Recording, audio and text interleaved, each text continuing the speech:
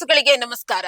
ಒಂದ್ ಕಾಲದಲ್ಲಿ ಬಡ ರಾಷ್ಟ್ರ ಅಂತ ವಿಶ್ವದಲ್ಲಿ ಭಾರತದ ಸ್ಥಾನ ತೀರಾ ಕೆಳಗಿತ್ತು. ಆದ್ರೆ ಈಗ ಪರಿಸ್ಥಿತಿ ಹಾಗಿಲ್ಲ. ವಿಶ್ವ ಮಟ್ಟದಲ್ಲಿ ಭಾರತದ ಸ್ಥಾನಮಾನ ಗೌರವ ಬೇರೆಯದ್ದೇ ಆಗಿದೆ. ಇದೀಗ ವಿಶ್ವ ಮಟ್ಟದ ಪವರ್ಫುಲ್ ದೇಶಗಳ ಹೊಸ ಪಟ್ಟಿ ಬಿಡುಗಡೆಯಾಗಿದೆ. ಈ ಪಟ್ಟಿಯಲ್ಲಿ ಭಾರತ ಎಷ್ಟನೇ ಸ್ಥಾನದಲ್ಲಿದೆ, ಮೊದಲ ಸ್ಥಾನ ಯಾರ ಪಾಲಾಗಿದೆ, ಈ ಬಗ್ಗೆ ಇಲ್ಲಿದೆ ಒಂದು ಸ್ಪೆಷಲ್ ರಿಪೋರ್ಟ್. ಇದು ಸುದ್ದಿ ವಿಶೇಷ. ನಾನು ಅಕ್ಷತಾ ಕುಲಕರ್ಣಿ.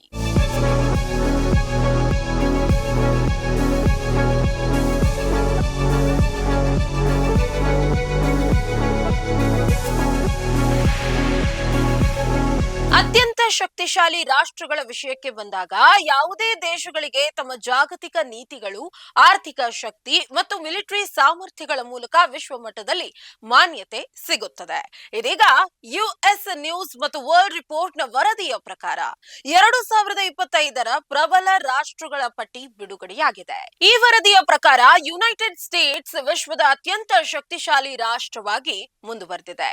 ಚೀನಾ ಈ ಪಟ್ಟಿಯಲ್ಲಿ 2ನೇ ಸ್ಥಾನದಲ್ಲಿದೆ, ರಷ್ಯಾ 3ನೇ ಸ್ಥಾನದಲ್ಲಿದೆ, ಉಳಿದಂತೆ ಸೌದಿ ಅರೇಬಿಯಾ 9ನೇ ಸ್ಥಾನದಲ್ಲಿದೆ ಮತ್ತು ಇಸ್ರೇಲ್ 10ನೇ ಸ್ಥಾನದಲ್ಲಿದೆ. ತನ್ನ ಬೃಹತ್ ಆರ್ಥಿಕತೆ, ವಿಶ್ವದ ಅತಿ ದೊಡ್ಡ ಮಿಲಿಟರಿ ಬಜೆಟ್ ಮತ್ತು ಪ್ರಮುಖ ಐಟಿ ಕಂಪನಿಗಳಿಂದಾಗಿ ಯುನೈಟೆಡ್ ಸ್ಟೇಟ್ಸ್ ಆಫ್ ಅಮೆರಿಕಾ ಬಹಳ ಹಿಂದಿನಿಂದಲೂ ಅತಿ ದೊಡ್ಡ ಜಾಗತಿಕ ಶಕ್ತಿಯಾಗಿದೆ. ಚೀನಾ ತನ್ನ ಅತಿ ವೇಗದ ತಾಂತ್ರಿಕ ಪ್ರಗತಿ, ವಿಶೇಷವಾಗಿ ಕೃತಕ ಬುದ್ಧಿಮತ್ತೆ ಕ್ಷೇತ್ರದ ಬೆಳವಣಿಗೆಯಿಂದಾಗಿ ವಿಶ್ವದ 2ನೇ ಅತ್ಯಂತ ಶಕ್ತಿಶಾಲಿ ದೇಶವಾಗಿ ಹೊರಹೊಮ್ಮಿದೆ.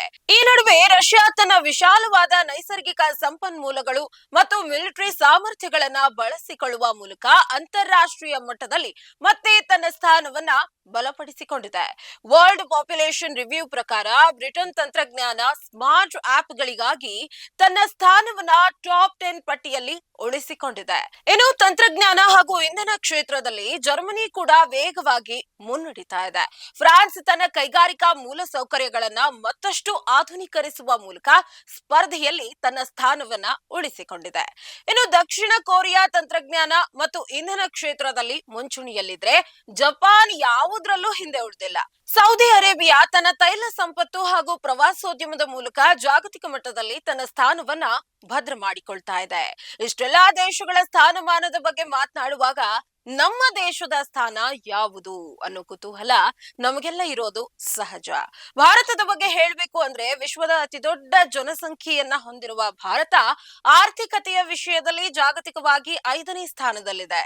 ರಾಜಕೀಯ ಪ್ರಭಾವ, ಮಿಲಿಟರಿ ಸಾಮರ್ಥ್ಯಗಳು ಮತ್ತು ಬಲವಾದ ಅಂತಾರಾಷ್ಟ್ರೀಯ ಪಾಲುದಾರಿಕೆಗಳ ಹೊರತಾಗಿಯೂ ಭಾರತ ಈ ಬಾರಿ ಟಾಪ್ 10 ಸ್ಥಾನ ಪಡೆಯುವಲ್ಲಿ ವಿಫಲವಾಗಿದೆ.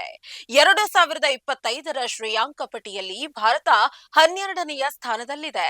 ಹಾಗೆ ನೋಡಿದ್ರೆ ವಿಶ್ವದ ಸುಮಾರು 195 ದೇಶಗಳಲ್ಲಿ 12ನೆಯ ಸ್ಥಾನ ಅಂದ್ರೆ ಕಡಿಮೆ ಏನಲ್ಲ. ಆದ್ರೂ ಭಾರತಕ್ಕೆ ವಿಶ್ವ ಮಟ್ಟದಲ್ಲಿ ಇರುವ ಮನ್ನಣೆ ಗಮನಿಸಿದ್ರೆ ಟಾಪ್ 10 ಪಟ್ಟಿಯಲ್ಲಿ ಭಾರತ ಇರಬೇಕಾಗಿತ್ತು. ಮುಂದಿನ ದಿನಗಳಲ್ಲಿ ಖಂಡಿತವಾಗಿ ಭಾರತ ವಿಶ್ವ ಶ್ರೇಯಾಂಕ ಪಟ್ಟಿಯಲ್ಲಿ 10ನೇ ಸ್ಥಾನದೊಳಗೆ ಬಂದೇ ಬರುತ್ತೆ ಅನ್ನೋದ್ರಲ್ಲಿ ಯಾವ ಅನುಮಾನವೂ ಇಲ್ಲ. ಇದಾಗಿತ್ತು ಈ ದಿನದ ಸುದ್ದಿ ವಿಶೇಷ. ನೈಜ ಹಾಗೂ ತಾಜಾ ಸುದ್ದಿ, ಪ್ರಾಮಾಣಿಕ ವರದಿ, ನಿಷ್ಠೂರ ವಿಶ್ಲೇಷಣೆಗಳಿಗಾಗಿ ಸದಾ ಗಮನಿಸಿ ಬಿಬಿ ನ್ಯೂಸ್ ಕನ್ನಡ. ಇದು ಕನ್ನಡಿಗರ ಪ್ರತಿಧ್ವನಿ.